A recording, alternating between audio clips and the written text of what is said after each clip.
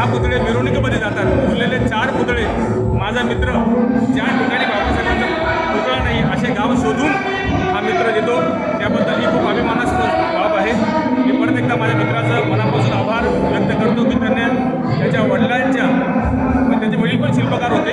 वडिलांच्या मृत्यूनंतर कालखंडित झाल्यानंतर त्याने हा उपक्रम कंटिन्यू चालू ठेवा. तथागतांच्या विनंती करतो तथागतांच्यांनी की आमच्या मित्राच्या हातून हजारो बाबासाहेबांचे पुतळे या संबंध महाराष्ट्रावर नव्हे तर देशभर जावे.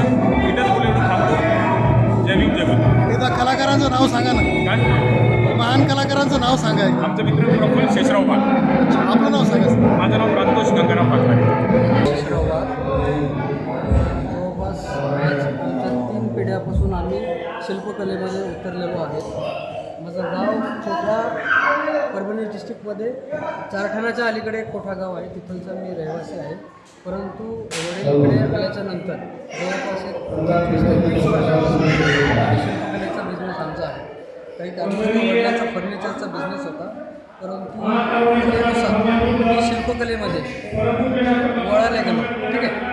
आणि माझे पप्पा शिल्पकार खूप ग्रेट काम करायचे होते. त्यांचं वर्क खूप खतरनाक होतं आणि त्यांना बघून आम्ही आज इथपर्यंत ह्या लेवलला डॉक्टरांची आणि बुद्धांची स्टॅच्यू बनवतो.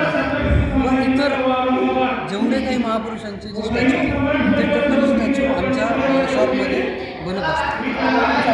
माझा address Sangharshnagar B34 public 7 N2 CIDCO.